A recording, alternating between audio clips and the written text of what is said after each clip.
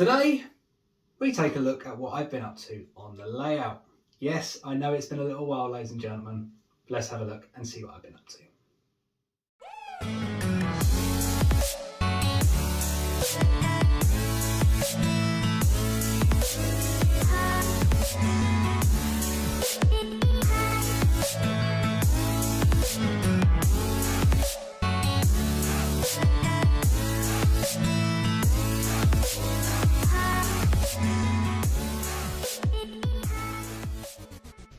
Well, hello everyone and welcome back to Malcolm's Way. Yes, I know it's been a little bit of a break. If I'm honest, the mojo for filming and making videos got up and buggered off somewhere else. But in that meantime, I have been working on the layout itself. We have laid track, we have wired in track, we have weathered locos, we've added sound, and I've just generally been doing bits and bobs on the layout itself. Now I have filmed a few videos in the meantime, but the mojo just simply wasn't there. I think for all of us it gets up and it goes off somewhere else. But it's slowly returning and you can expect a few more videos coming up. So I have mentioned a few bits there that I've been up to, and we will be covering that in this video in a little bit more detail. And yes, we do have locos running with sound, which is utterly superb. So let's take a look over what I've done on the layout and let's take a general look at the train set itself. Yes, train set, ladies and gentlemen, I'm sure it's going to trigger a few of you in the comments. Bring it on.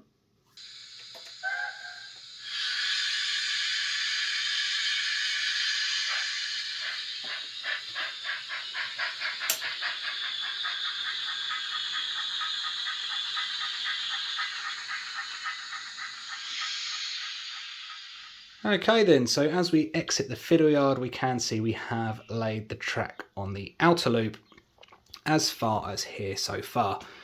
Now I am going to have to come up with a solution of connecting the Fine Tracks rails and the Pico rails, but I can achieve this by sliding some little bits of card underneath. I found 4 to 5 bits of card should be sufficient, so that is going to be our next target when we are coming on to the track laying. But as you can see, we have one of the Fine Tracks B8 crossings there. Lovely, lovely bit of kit, and it went together really quite well. And we have one of the B8 points, that being a left-hand one, so the line can start diverging out for the loop around the back of the station. Now you can see on here, I've got a big cut section, and this is going to run all the way around here. And that will just make a little bit more of the scenic area, excuse the mess under there, for us to build up for the hillside and maybe a couple of road bridges. Now I do have a tunnel mouth that I can just place there into position.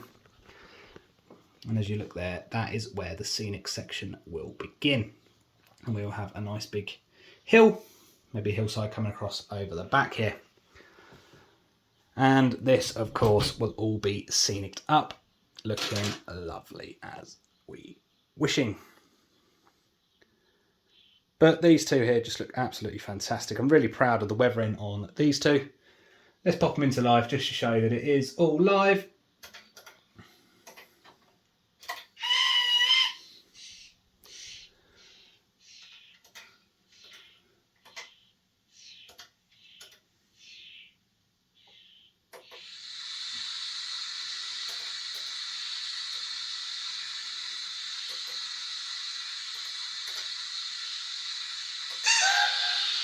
Lovely, lovely stuff. So let's go and take a look at what we've been up to in the Fiddle Yard.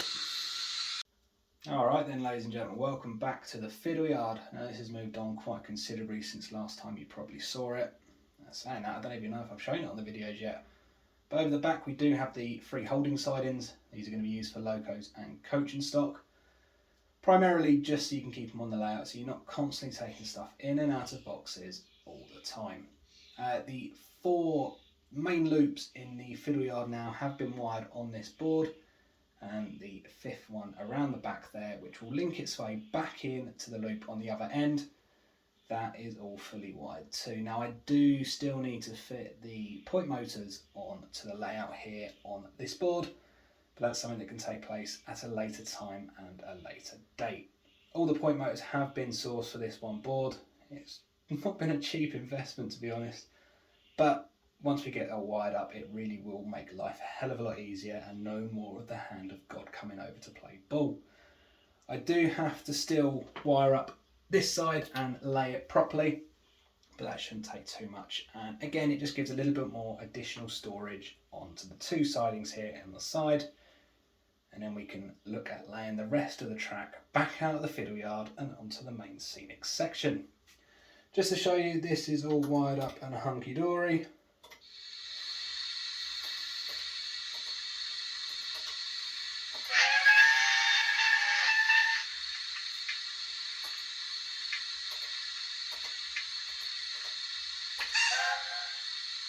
Right.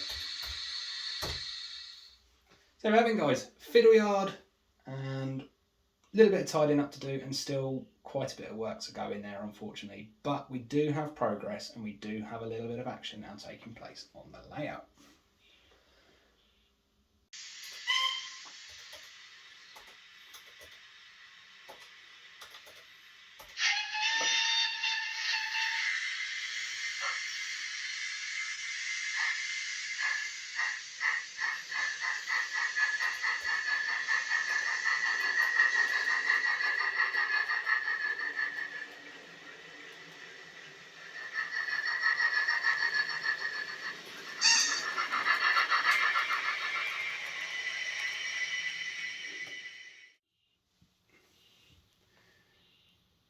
Right then, so since we've been away, guys, I have been weathering up this Graham Farish N Class, and I have actually renumbered this loco to a Red Hill loco. This one now is 31817. Don't look too closely at the shed plate. Let's try and avoid that, but they're so small you're not going to notice them. The loco's whapping around the layout. I'm really happy with how this one has come out. Spent a lot of time with the life colour range. I still need to put a few more pigments on there just to bring it to life a little bit more. But this loco has been renumbered, weathered, and you can probably see from the white bit on the back here, we have fitted sound also to this loco. Now I have tried to do 3 videos on this process, so the renumbering, haven't gone over the footage yet, and that could be all thumbs and fingers. But hopefully we can get a usable video out of that showing you how to renumber using Fox transfers. We are going to have to put discs on the front and we are going to have to put a coal load onto the back. But this loco really does look $1 million compared to what it did. As you can see, we have the Model U crew in there also, painted by my very good friend Nick. I will leave a link in the description below to his Facebook page, but I really am happy of how this loco has come out. Discs, coal, and we can call this one done.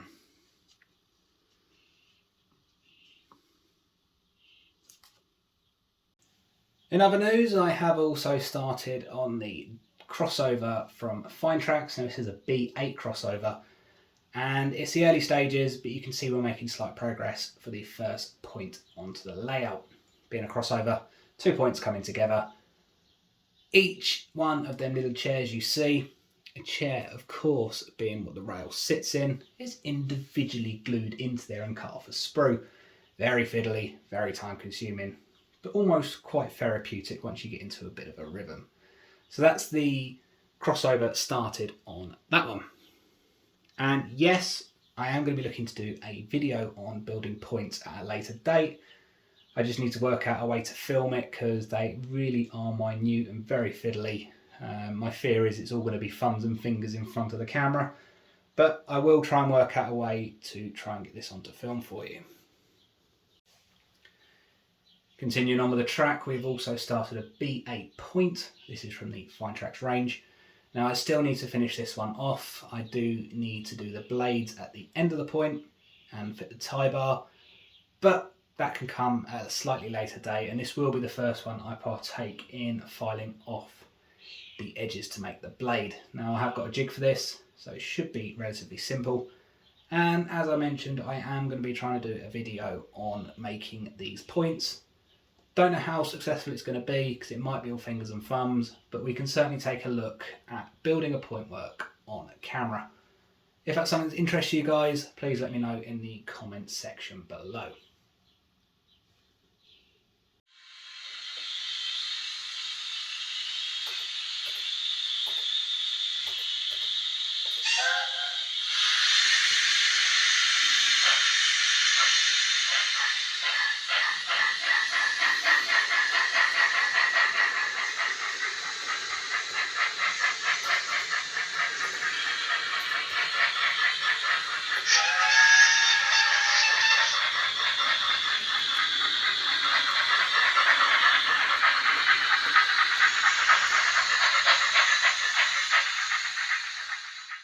There we have it then. We have a little bit of movement on Malcolm's Way and a little bit of progress on the layout itself. We do have track laid, we do have track wide, and we have trains moving. Lovely stuff. Where are we going to go now onwards with the train set? Well, we do have a video coming up on renumbering, weathering, and also adding sound to the N Class. I'm really hoping the videos for them came out. I did film them a little while ago, but as I've mentioned, the mojo, I think, for all of us just gets up and goes away sometimes. I had that for filming the videos.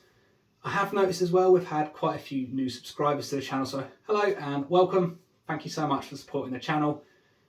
As I have mentioned previously, if you do leave a comment below, I do read them all and I do my very best to get back to all of them. And also please leave a cheeky like on the video, it really does help. And if you think somebody else might find this interesting or help them go to sleep at night, please do share this video, it really does help the channel out. I'm hoping now the mojo has returned and we can film a few more videos, but as I always said, I'm not going to push this, guys. If I'm not feeling it, I'm not going to film it. Simple as that. And the little break I've had from filming really has helped me with some extra ideas, and I do have the cogs turning in my head. Yes, it does hurt occasionally, but we do have movement on the video front. Nothing much more for me to say. I've been Matt. This has been Malcolm's Way. I'll catch you all again very, very soon. Bye-bye for now.